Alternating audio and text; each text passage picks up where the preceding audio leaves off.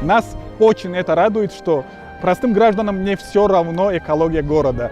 И они сегодня, в воскресенье, потратив свой выходной день, приходят сюда и сажают дерево. Мы видим, что у всех хорошее настроение, все сюда пришли как на праздник.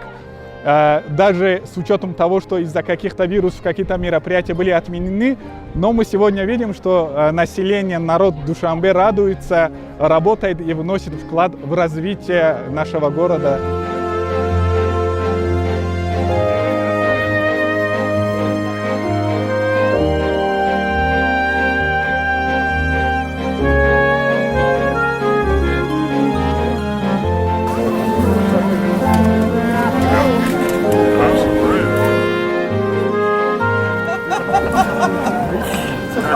Yeah.